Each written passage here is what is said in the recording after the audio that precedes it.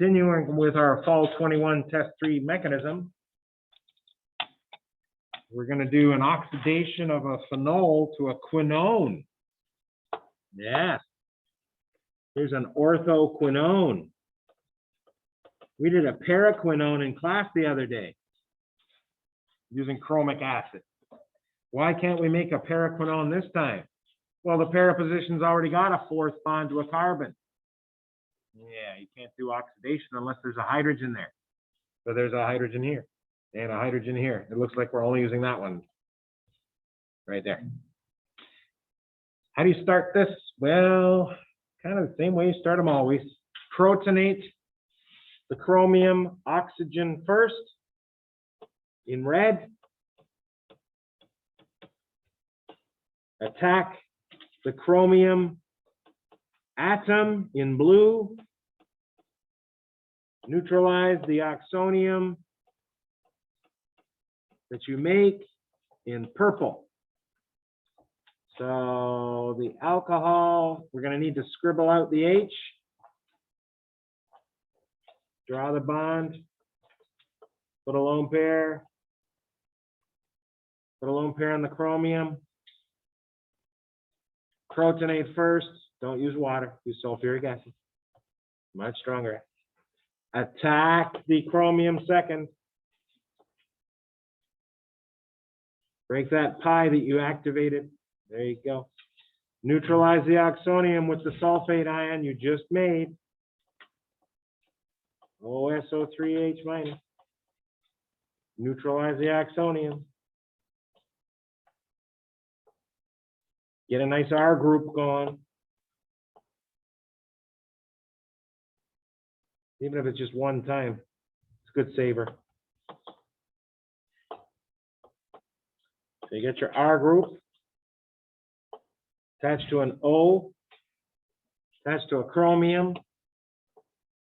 It's got a double bond at the top. It's got an OH to the left, OH to the right, and a new OH underneath. Yeah, why not do it this way? Very big eraser. There we go. Got to dehydrate this thing to make our key intermediate. The key intermediate, it's a nice little help, but without drawing out the ester, you can't really do the mechanism from it. So that's just a reminder, it's a chromate ester. And this thing's got 5 O's and we need to have 4. Dehydration time. I'd point to the chromate ester, but that doesn't help us with the mechanism. So I'm going to draw it right underneath.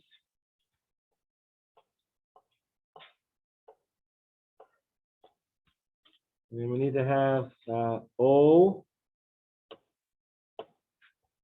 bonded to chromium. Double bond O, OH.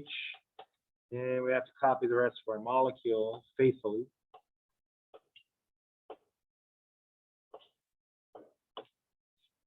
And there you go. So we have to get there first. To do a dehydration, you need a combination of an acid and its conjugate base. Acid will activate your leaving group. Base will start the elimination. Acid, protein, well, don't use right there. Yeah, it just doesn't look like a lone pair. Yeah, it does. Why not? Protonate.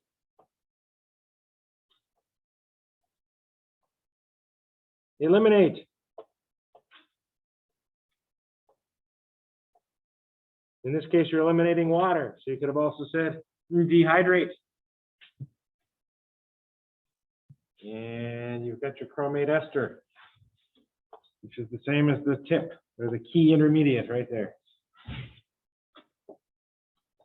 We've got to oxidize and create a carbocation so that we can get this oxygen on here. Got to create a cation here, so water gets in there. So that just happens like this. Watch. It takes care of itself. There you go.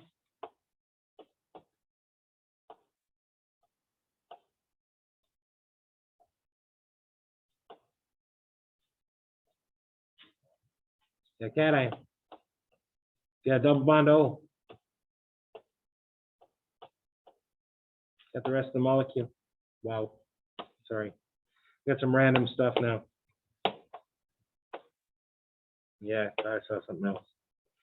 Here we go. My apologies.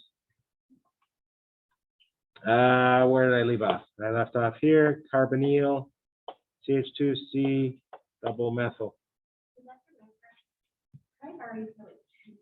Sure. Be right back.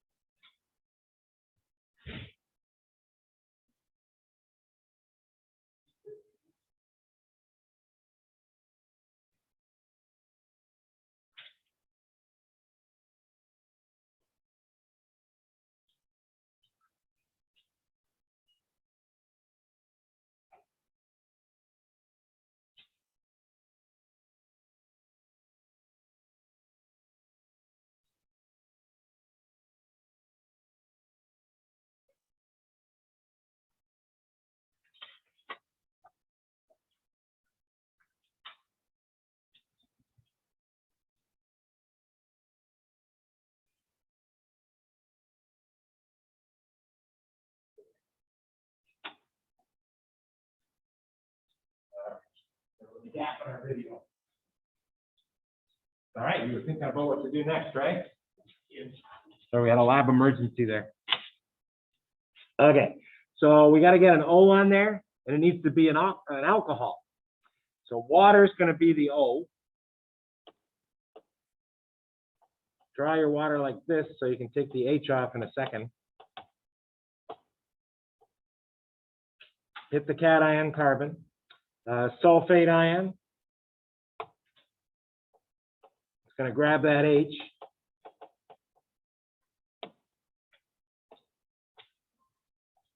Oh, not in red, it won't. It's not a strong enough base to grab that H from water. It's a strong enough base to grab the H from an oxonium ion, which you don't get till after the red arrow. Hope that made sense. And we got this intermediate here.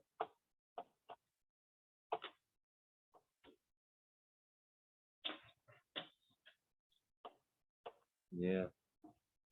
What else we got? Carbonyl. Purple O.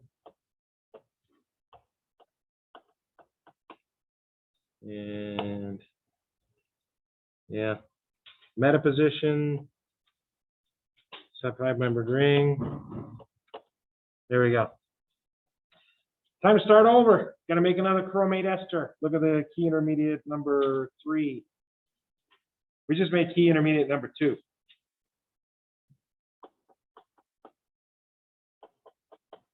Correct?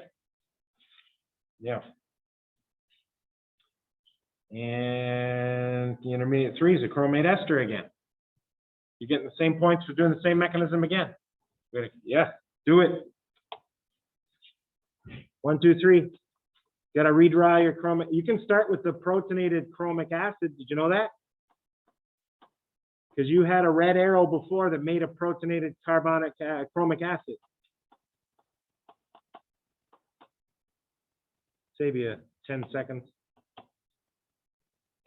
The red is to attack the activated chromonyl. Then you're going to neutralize with the sulfate ion you made while you were generating the protonated chromic acid. Neutralize your oxonium. Then you've made key intermediate number 3. Yeah, we better draw it though. Yeah, drawing's almost over. I better be careful, I rotated it again.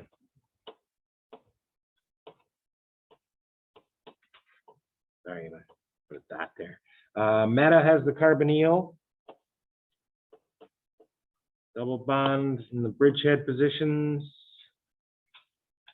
O chromate ester up top left.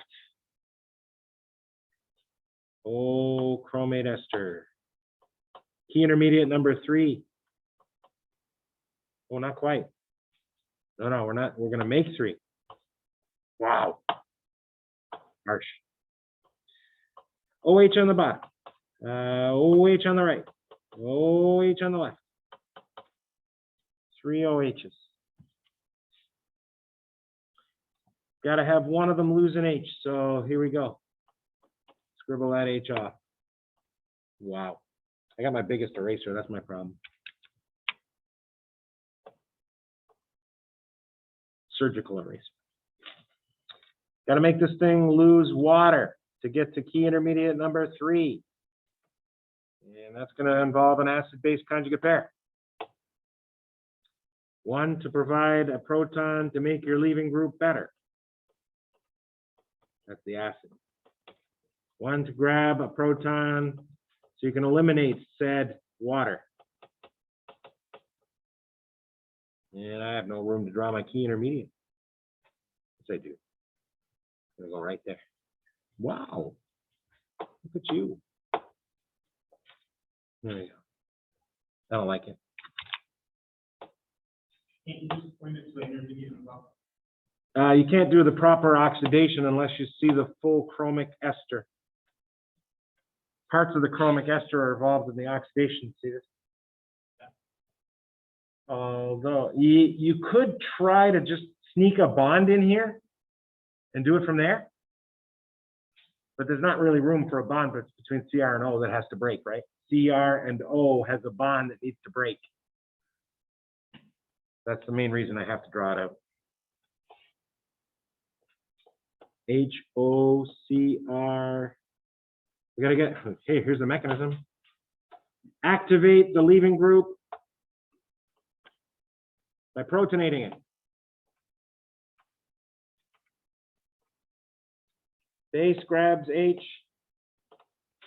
sigma becomes pi, leaving group leaves. Now you're making your chromate ester number 2, key intermediate number 3. And it's got the old purple O attached to the blue ring, which already has a carbonyl up there. And there's an H here. And that, and that, and that. Uh-oh. 1, 2, 3. That's 6 now. Carbonyl, tertiary, CH2, there. Looks awful. Sorry. Double bonds are still here and here. Water. Water can grab that H. H2O. I wouldn't object strongly if you used sulfate. I would not object. Grabs H, sigma becomes pi, chromium reduces and leaves. It's a pair of electrons. Well, that's it, that's a big one.